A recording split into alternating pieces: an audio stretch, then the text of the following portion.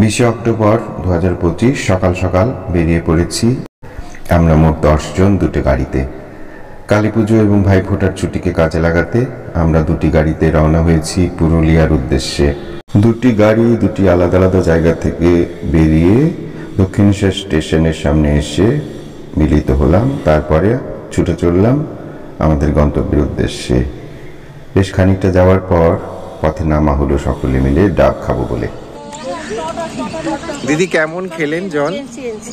খারাপ না, একটুখানি গাঢ়, জলটা গাঢ় হলে বেশি ভালো হয়েছে।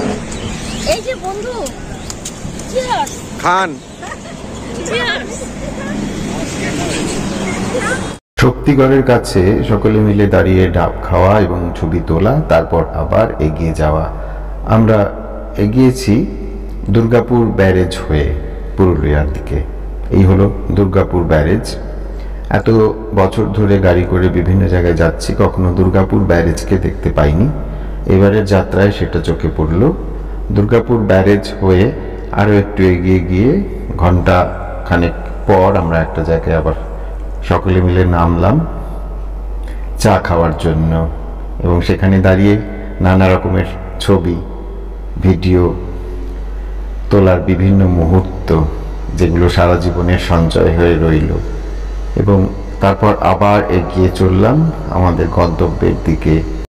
মোটামুটি 1টা নাগাদ আমরা পৌঁছলাম ফুটিয়ারি রিট্রিট, এই রিসর্টটিতে। আগে থেকেই আমরা বুক করে রেখেছিলাম। ফুটিয়ারি রিট্রিট যে রিসর্টটি, সেটি খুব বড় জায়গা না হলেও মোটামুটি ভালোই ব্যবস্থা, এবং এটা হলো তাদের ডাইনিং স্পেস, যেখানে সবাই মিলে খাওয়া দাওয়া করেন। এবং এই হলো রুমগুলো।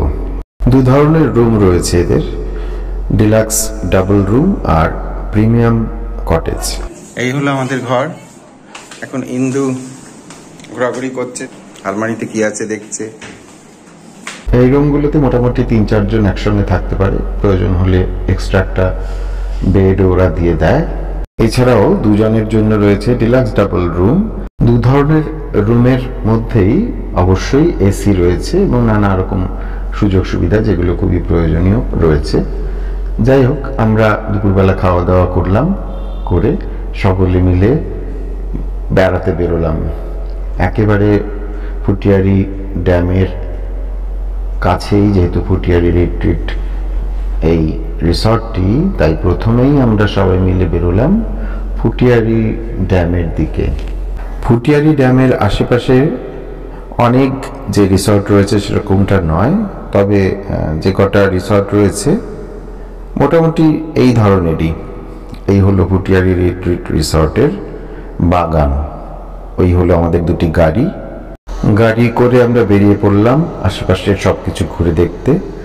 আমাদের ফুটিয়ারি রিট্রিট রিসর্টের 500 মিটারের মধ্যেই রয়েছে ফুটিয়ারি ড্যাম। এটি আসলে বর্ষার জমা জলের একটি আধার। পুরুলিয়া জেলায় এমন জলাধার প্রচুর রয়েছে, তবে অন্যান্য জলাধার বা ড্যামগুলো যতটা জনপ্রিয়, ফুটিয়ারি ড্যাম ঠিক ততটা জনপ্রিয় এখনো হয়ে ওঠেনি। তবে দিনে দিনে হয়তো আরও বেশি জনপ্রিয় হবে, এরকমটাই আশা করা যায়। আমরা একদম পৌঁছে গেলাম ফুটিয়ারি ড্যামের পাশে। খুব সুন্দর করে যদি জায়গাটিকে সাজিয়ে তোলা যায়, তাহলে আগামী দিনে নিশ্চয়ই আরো অনেক মানুষ এই ফুটিয়ারি ড্যাম দেখতে উপস্থিত হবে। ফুটিয়ারি ড্যামে অনেকটা সময় কাটানোর পর আমরা এগিয়ে চললাম তিলাবনী পাহাড়ের দিকে। পথে দেখতে পেলাম এই হনুমান পরিবারটিকে, তাই সুন্দর মুহূর্তটিকে ক্যামেরাবন্দি করলাম। গ্রামের পথে অনেক জিজ্ঞাসা করে করে ধীরে ধীরে এগিয়ে চললাম তিলাবনী পাহাড়ের দিকে। ছোট্ট মিষ্টি একটি পাহাড়, তবে যেতে হয় অনেক গ্রামের মধ্যে দিয়ে ঘুরে ঘুরে। আর যেহেতু নেটওয়ার্ক নেই, তাই জিপিএস সিগন্যাল অন করে গন্তব্যে পৌঁছানো যাচ্ছে না। ভরসা শুধু স্থানীয় লোকেদের জিজ্ঞাসা করে যাওয়ার পথ। তবে যেহেতু একেবারেই জনবহুল অঞ্চল নয়, তাই সেই রকম জিজ্ঞাসা করার মতো লোকজন পাওয়াও খুব দুষ্কর। যাই হোক, অবশেষে তিলাবনী পাহাড় পৌঁছানো গেল। সেখানে পৌঁছে পথের সব ক্লান্তি যেন দূর হয়ে গেল। যদিও এটিকে ঠিক পাহাড় বলা চলে না, বরং একটি টিলা বলাই ভালো। তা হলো বেশ মিষ্টি সুন্দর এই তিলাবনী। ওই যে দূরে সূর্যের পাশে দেখা যাচ্ছে, সেটা হলো আরেকটি পাহাড় যার নাম পাঞ্জেনিয়া।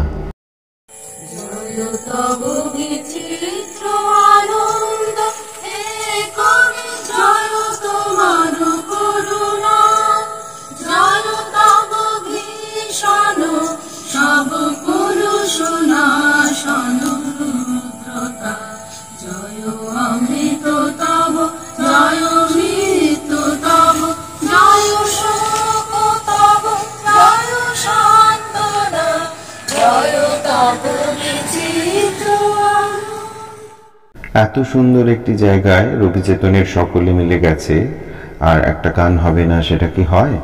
সুন্দর প্রাকৃতিক পরিবেশে একখানা রবীন্দ্র গান গেয়ে আমরা আবার এগিয়ে চললাম আমাদের পরবর্তী গন্তব্যের দিকে।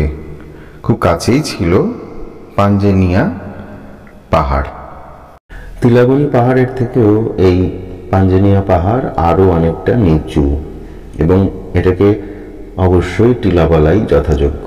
কৃষিকাজ এবং পশুপালনই হচ্ছে এই অঞ্চলের মানুষের প্রধান জীবিকা।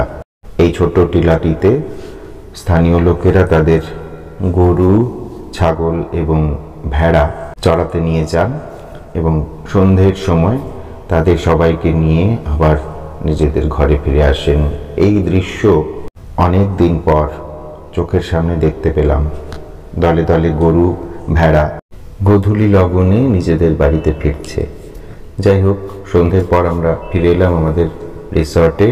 কালী পুজোর রাত, তাই সারা রিসর্টটিকে প্রদীপ দিয়ে সাজানো হয়েছিল। কর্তৃপক্ষ এই ব্যবস্থা করেছিল আমরা জানতাম না, আমরাও নিজেরা এমনটাই করব বলে ঠিক করেছিলাম। তাই ঘুরে ফেরার সময় কিছু তারাবাজি আর মোমবাতি কিনে এনেছিলাম। সেগুলো জ্বালিয়ে আমরা কালী পুজো এবং দীপাবলি পালন করলাম রিসর্টেই। এই ছুটিতে বেড়াতে এসেছি, তাই নিজেদের বাড়িতে আমরা প্রদীপ জ্বালাতে পারিনি, কিন্তু এই রিসর্টটি এখন আপাতত আমাদের ঘর বাড়ি।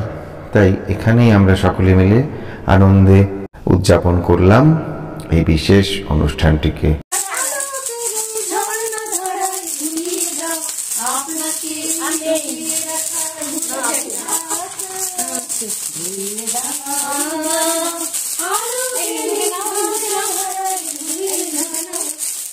তারপরে চলল এক নাগারে বেশ কিছু গান এবং সবশেষে গানের লড়াই।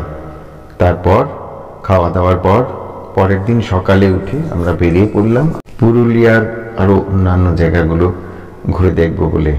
প্রথমেই আমরা চলে গেলাম অযোধ্যা পাহাড়ে। বিখ্যাত এই পাহাড় অযোধ্যা পাহাড়। অপরূপ সুন্দর অযোধ্যা পাহাড়ের প্রাকৃতিক সৌন্দর্য দেখতে দেখতে ধীরে ধীরে আমরা পাহাড়ের চূড়ায় উঠতে থাকলাম এবং সব থেকে প্রথমেই আমরা অযোধ্যা পাহাড়ের মার্বেল লেকে গেলাম। আমার ব্যক্তিগতভাবে এর আগেও মার্বেল লেক দেখা হয়েছিল, কিন্তু আমাদের সঙ্গে থাকা কয়েকজন সদস্যের এটি ছিল প্রথমবারের মতো মার্বেল লেক দর্শন। তাই সবাইকে সঙ্গ দিতে আমরা সকলেই পৌঁছে গেলাম মার্বেল লেকে। চারধারে মার্বেলের পাথর আর মাঝখানে জল, প্রাকৃতিকভাবে জমা জল। এই জমা জল পরিশোধন করে বিভিন্ন কাজে ব্যবহার করা হয়। এই লেকটিকে ঘিরে গড়ে উঠেছে বেশ কিছু দোকানপাট।